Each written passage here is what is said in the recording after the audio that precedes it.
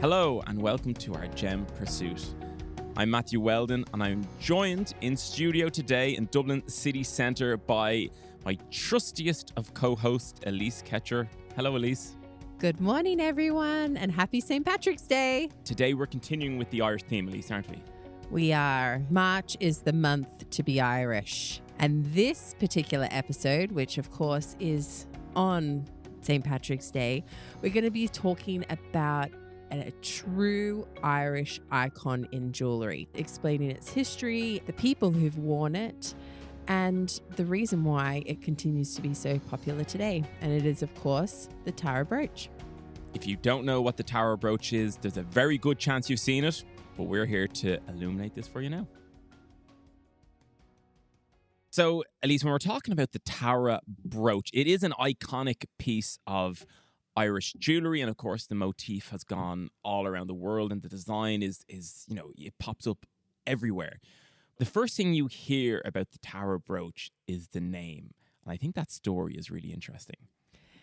It is, and it's interesting because it actually wasn't found in Tara at all. So Tara, for anyone who's not Irish, will 100% think that this actually is named after a woman or a girl, because Tara around the rest of the world is actually just a girl's name. But in Ireland, it's the name of a place. And if you say Tara here, it usually means Tara Hill. However, before we go into the story of how it was actually found, everyone at home, I'm sure, who hasn't ever seen a Tara brooch is thinking, what are we talking about? Okay, they understand it's a brooch, but what does it look like? So the look and design of a Tara brooch is a penannula. It's like a very, very close crescent moon with the ends of the crescent moon almost touching, but not. And then it has this pin that goes through it. Now, obviously, the pin goes through clothing and the penannula is open for you to see. So it has is the part that has design on it. However, jewellery today, a lot of it is used for adornment and doesn't have a huge amount of functionality, whereas this particular brooch was completely functional. It was used to actually pin clothing together. This is before a wide amount of sewing and things like that. So it was actually used as the fastening of cloth. And so really beautiful, but also very functional. Yeah, and don't forget that the cloth and the materials that we're talking about at this time, and I mean, this brooch goes back to about 800 AD, right? So ancient and early medieval time period. So the cloths and the materials were much thicker garments, and therefore if you actually look at this pin and this penannular brooch, the pin wouldn't go through any of your clothes today. You'd be left with a giant hole in it, right? Because it just wouldn't work. But at that time, obviously, the material was thicker. Yeah, it's like you're wearing a blanket because it's cold in Ireland. We were talking about the actual original name that the Romans gave to Ireland, because the Romans never came to Ireland. And it's actually Hibernia, which means winter, because it's like, it's just too cold up there. So it's like, you can imagine these particular brooches would have been going through almost blanket-like material. And the penannular style, which you've talked about, is which the Tara Brooch is the almost complete circle, and it's distinguished from the pseudo-penannular Celtic brooches, which actually are a complete ring rather than having that little kind of gap for the pin to sit into. There is other ones similar to this which have been found, but it was the scale and the level of detail which sets the Tara Brooch apart. It's important, I think, that we also mention, what it's made of and the significance of why it's called the Tara Brooch. Yeah, so the story of the oldest Tara brooch that was found and the way that it got its name, it's almost like a legend here in Ireland now. Because nobody knows who the woman was. Nobody knows who the children were. Nobody knows who the man was who brought it from her and then brought it to the jewelers that eventually made it famous. So, but it is all in Irish legend, basically. It's in legend, but it's generally agreed that no one really disputes the way that it was found. but the location is somewhat debated.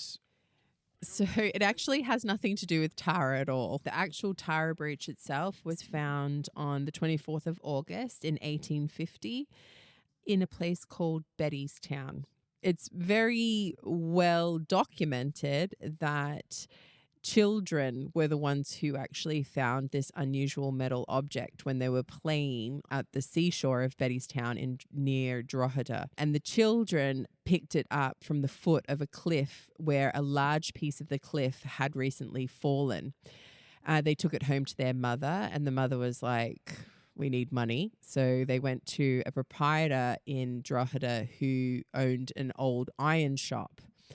And when she took it there, he looked at the piece and he refused it and said, to purchase so light and insignificant article is not what my business is about. So she eventually went to a local watchmaker who cleaned the item, examined it, and then bought it from her for a very small sum, and then went to Dublin to Waterhouse & Co. And Waterhouse & Co. said, for nearly as many pounds sterling as he had given pence for, the brooch was purchased. So he basically made a nice hefty sum out of the brooch. And George Waterhouse & Co., which was premises on Dame Street in Dublin, that was there from 1842 to 1960, ran with this. They took the Tara Brooch and they named it the Tara Brooch because its connection to Irish history and Irish royalty. They then started making replicas of it. But why would they want it to come from Tara in the first place? I was brought up with, tales of Irish high kings and Conor MacNiassa ruling Ireland. And Ireland was a collection of different kingdoms, but they had a high king. And the seat of the high king was in Tara in Meath, right? It was a very fertile area. There was a river that went through it that, made the lands extremely habitable. It wasn't said that people actually lived in Tara, but it was the center of political rule. And if you go there today, what you'll find is these concentric circular designs, which is believed to be kind of the hall where people congregated. And they also have these extremely long underground, like two parallel walls almost running beside each other. Now, these are ancient walls, but they are enormous. And it's thought that's where all of the kings and the queens and the important people in society used to meet there to debate and have somewhat of a parliament, or you'd meet the druids. And to give you a scale of how big Tara was, the circumference of these concentric circles, which again is believed to have been the meeting place, is over 1 kilometer long. So this is a huge structure. Unfortunately, these structures can't be seen today, but you can see the foundations. So this is just giving you an insight as to why Tara is held in such a high regard. It was held the seat of power, the High King of Ireland, before colonisation in the ancient and early medieval times. And as I said, you can still go up there today and see the ruins and the outline, although it's buried underground, of these incredible structures. And it's just incredible to think that that structure existed in Ireland. Now, to give you a bit of a background on how big the Tara Brooch is, it has a hoop of 8.7 centimeters, which is 3.4 inches. And the pin that goes through it is about 32 centimeters, which is 13 inches long. It's larger compared to most other Celtic brooches, and it features a very basic structure, but the terminals and all of the detail on it is so intricate that even when you look at the Tara Brooch under a magnifying glass, you still can see the enormous, sharp, crisp detail that's on there. So much so with this particular piece that when it was featured in advertising. One critic wrote, "It looked more like the work of fairies than human beings." And that's such an Irish thing in itself. But if you look up and you see the details, the filigree, the granular work, and also the fact that it has 2 layers of different metals, which are worked differently because they're different metals. We've got gold and silver here. It is absolutely incredible, especially when you think of the time period that it came from. I mean, the different metals I find that this part extremely interesting. So you've got the brooch is cast in silver, and that's the majority of the metal you find is actually silver. Now, it is gilded in gold, but in addition to that, and as you mentioned there, Alyce, the back of this brooch is incredible. And we always say that to clients. Look at the back of a piece of jewellery, because, of course, if someone's making a piece of jewellery, the front of it, they have to make it look good, or else they're not going to be able to sell it, or who's ever wearing it won't look impressive. But the back is where the real artisans make sure that the quality is right. This one was cast in silver. It has beautiful filigree gold wires, which I think when you talk about fairies work, that's the filigree. Like, that's this really intricate gold work that would be in between different parts of the cast silver. There's also enameling. So, I mean, you think of it, people were enameling, at this time. We can't get an enameler here for love or money, basically. So there's insets of amber, glass, and there's also engraving. So this is clearly the work of like a master craftsman or several master craftspeople. And also, obviously, there's parts of it that haven't been preserved. So it's composed of many individually formed pieces, but there's only 18 of the inserts that remain, and there would have originally been 28. So we've got a few missing, but the ones that are still, those inserts that are still there, they include birds and fishtail serpents, human figures, abstract interlace, simple scrolls, patterning, and of course, all of these have had to be created individually and then placed onto the brooch. So it's so much detail. The likelihood is that it would have been, number one, a very important piece that would have been worn by someone very elite, and also that it would have only been worn for ceremonial purposes because of the amount of detail that is in there. But one of my really favorite things about the Tara brooch is because of its creation in the period that we're talking about, it really solidified for the Irish people that all of these theories that in Victorian times, there was these theories that Irish had a kind of cultural backwardness. This brooch proved wrong, that was totally incorrect, that the Irish had a working, living society that was extremely sophisticated when you look at the work that's on here and the fact that people were wearing these things. And it set it out on a global stage. So because it was found in the 1850s, a number of different things happened in that decade. It goes to the Great Exhibition of 1851 in London, and it also goes to the Great Industrial Exhibition that happens here in Dublin in 1853. And in London in 1863, this particular brooch is also looked at by Master Castellani, who is known for looking at ancient pieces, especially filigree work, enamel work, and granulation, and taking those particular details and placing it into his work. He is inspired by it. What follows these exhibitions is a Celtic revival, and replicas of the Tara brooch are going out left, right, and centre. Waterhouse and Co. to be thanked for that. And if you wanted to see replicas of it, even the Victorian replicas today sit proudly in the British Museum, and they are available to view there. However, the original is still here where it rightfully should be. Yeah, you can see the original in the Natural Archaeological Museum here in Dublin on Kildare Street. I love doing these episodes about Jewellery when you can actually still go and see it. And we're very lucky that it's just around the corner from us, actually.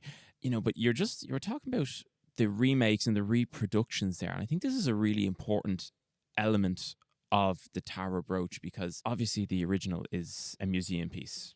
You can't buy that. You can't take it out of the museum. But Waterhouse, they were a big company and they did make a lot of different versions of it now. And so if you were interested in getting one, an antique one, you can certainly look for a Waterhouse one. But you have to bear in mind that they made these in various qualities and intricacy levels. Now, they were selling to many different markets, right? So the Waterhouse ones, especially their own early ones, they're typically made all in one piece. They typically are beautifully boxed, and we've come across a few of them here. But the thing to look out for is what is the main material. Typically, the gold ones are the better quality. Also, you'll find that the size varies quite a lot. You can get quite large ones. They won't be as big as the original Tara Brooch, but they do tend to be quite big, and some are actually functional as well, whereas as in the pin and the penannular circle part are separate pieces and they can be used, but some of them are all cast as one piece. But you can definitely look and search for ones, and we have ones in stock quite frequently. The early Waterhouse ones are super collectible. Other people obviously, make them as well, but just bear in mind that they do come in lots of different qualities and lots of different sizes and materials.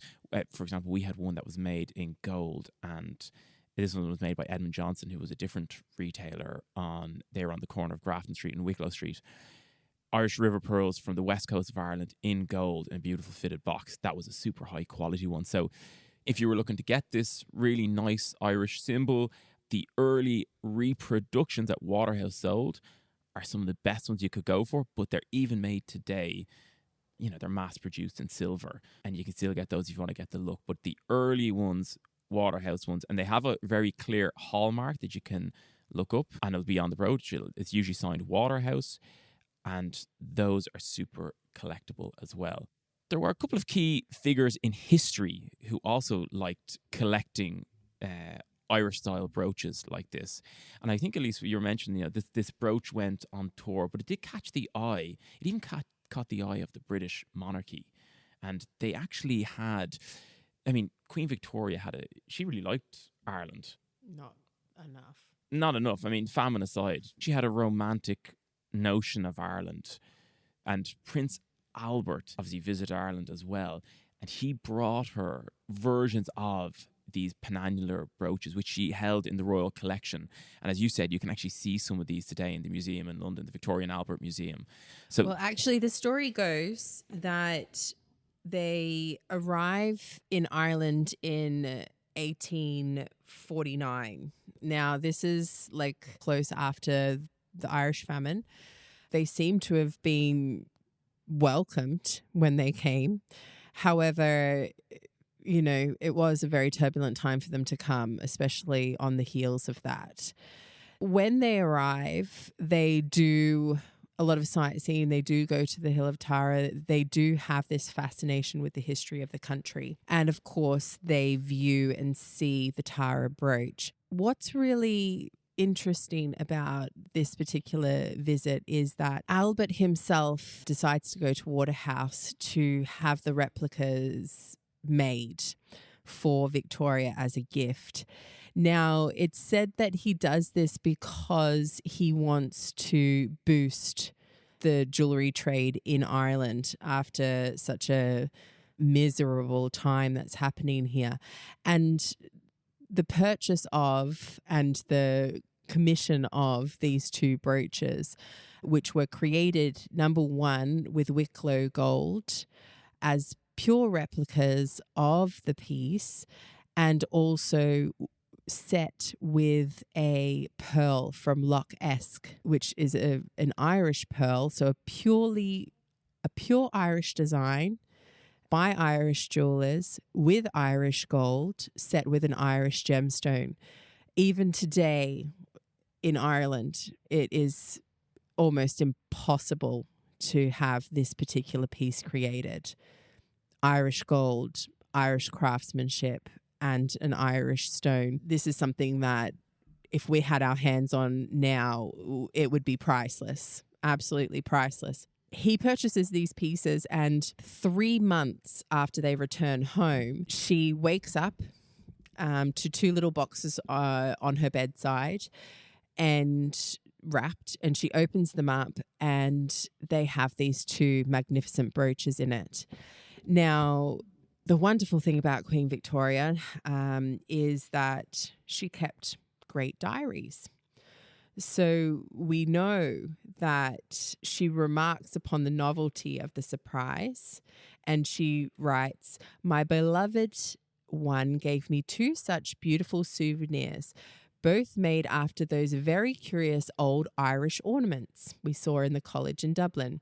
So dear and kind of him to have thought of this, and so valuable, for no one has anything like them." Now, she was a style icon of her time, right? So she then goes off and she's wearing these Tara Brooches. This is probably the most important thing that ever happened to the Waterhouse and Company.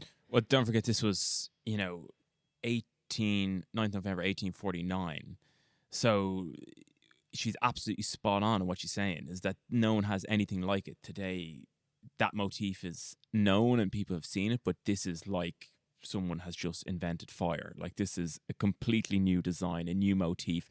What I sense from that quote is she was really smitten with the design, but also that, we know her love story with Albert. I think anything he would have given her, although typically it was beautiful jewellery. Yeah, but like, what do you get the queen who has everything? What do you get the queen who has everything? Well, what would surprise her? This is a gift that actually surprised her and brought her joy, but also a woman who literally has everything in the world. Now, Matthew, lastly, how does one wear a penannular brooch that is either fully circular or half circular or nearly circular? How does one wear one? Now let's talk about how it was traditionally worn and now how you can wear it today. I was just going to say, you can wear it whatever way you want to wear it, really. But there are, a lot of the ones sold today would be a lot smaller, right? So they're typically worn as a typical brooch on a lapel or on a jumper, depending on its size and its colour and the detail. But historically, there were actually strict etiquette rules regarding how to wear a penannular brooch, and it was based around your rank in society, but also your gender. So if you were a male and you were in high society at the time, maybe a local chieftain, local king, you actually wore these penannular brooches on your shoulder. I kind of think of the film Braveheart, where you kind of think of the large cloaks they're wearing and they're pinned on their shoulder. And that brooch is used on your shoulder to actually fix it in place. If you were a lady in society, and again, don't forget, this is talking about ancient to early medieval times, right? So this is, quite long ago. But ladies wore the brooch on their chest, and again, it was used to fix the garment in place. And they were the rules, and they were very strictly adhered to at the time, I would imagine. Now, obviously, as you get closer to today, the brooch shrinks in size. It also becomes no longer a functional piece of jewellery. And then obviously today you can wear it whatever way you really want to do it, but that is their traditional way. In Ireland, we have a lot of old carved stone monuments. I mean, if you think of the climate here, Alyce, I'm sure you're pretty familiar with it. It's pretty windy, pretty rainy. A lot of the ancient structures to survive typically are big stone monuments and carved typically of granite, and that's why they last so well. But if you look at a lot of these ones, and there's particular ones, it's not just in Ireland but also in Scotland. There's a hunting scene from the Hilton Cadball Stone, which is in Easter Ross in Scotland, and you can see there is a penannular brooch being worn by a lady on a horse. And also in County Fermanagh, which is in Ireland, it's known from the 8th or 9th century, called on White Island. And again, there's a penannular brooch being worn on the shoulder in this case, and that is a gentleman wearing that. And it's very, very clearly depicted in this stone.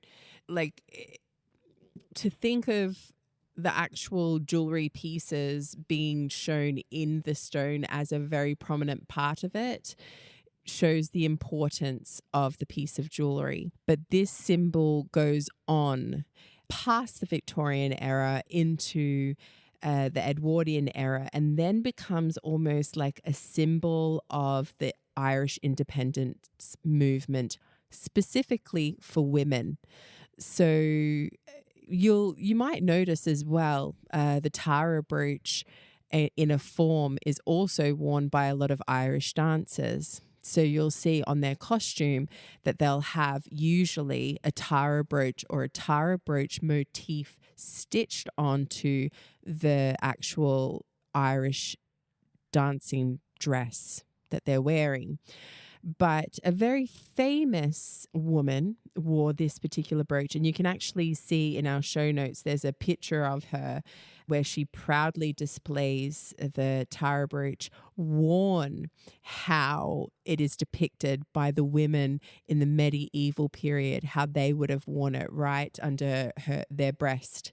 And this is like one of the most coolest things. I think it's like when anybody reclaims their culture and displays and wears it really proudly, it's almost like a source of rebellion. It's like when you speak your own language after many centuries of being told that you can't speak your language.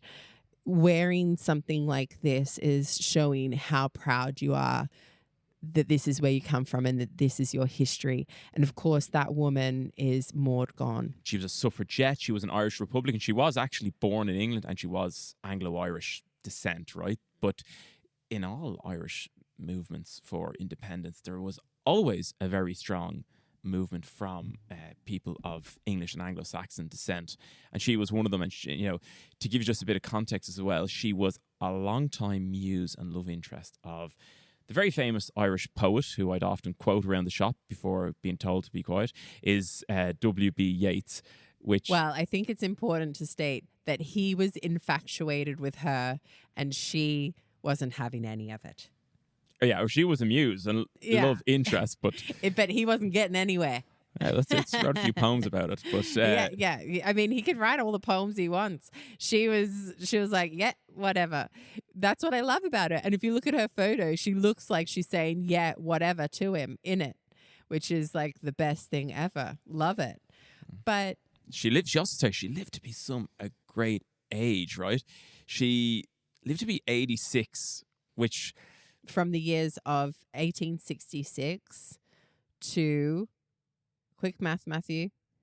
I struggle with cross-century maths, but she lived to 1953 then, I guess. 27th of April. Oh, there it is. 27th of April, 1953, where she died in Clonskee. But she was a really important figure in Irish history, So she came from a very well-off background, which gave a lot of... It wasn't just lower class, in inverted commas, in Ireland that were seeking for independence. It was also the ladies of society, and she was one of them. I also believe that she's buried in Glasnevin Cemetery as well. So if you do the Glasnevin Cemetery tour, they do talk about her as well in there.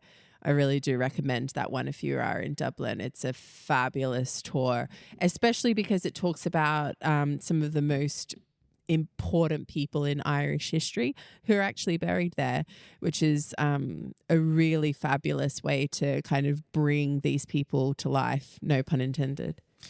Yeah, no, yeah, it's well worth a visit, and they call her the Irish Joan of Arc. So she played a huge role in the history and the story of Irish independence. And I think that picture, as you said, wearing the Tara brooch, she was reclaiming, Irish history and really owning that classical Irish motif. And that photo, as you said, we'll put a link to it in the show notes.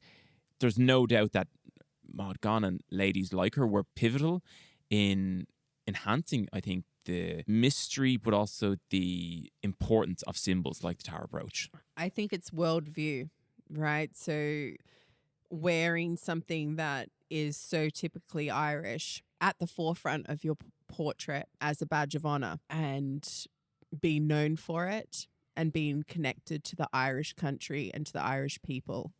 Like, it's not just that it's a piece of jewellery, it's a symbol of Ireland's rich artistic heritage in a period of Irish history that a lot of people don't really think about too much. We think a lot about independence and post-independence, but this is early medieval and ancient times, and it showcases the craftsmanship of the Irish medieval metalworkers, and I think it's inspired generations of artists, designers, jewelers worldwide, not to mention, at the very least, Castellani, who is known absolutely worldwide, and I would say for sure picked inspiration, and we know picked inspiration from the Tara Brooch.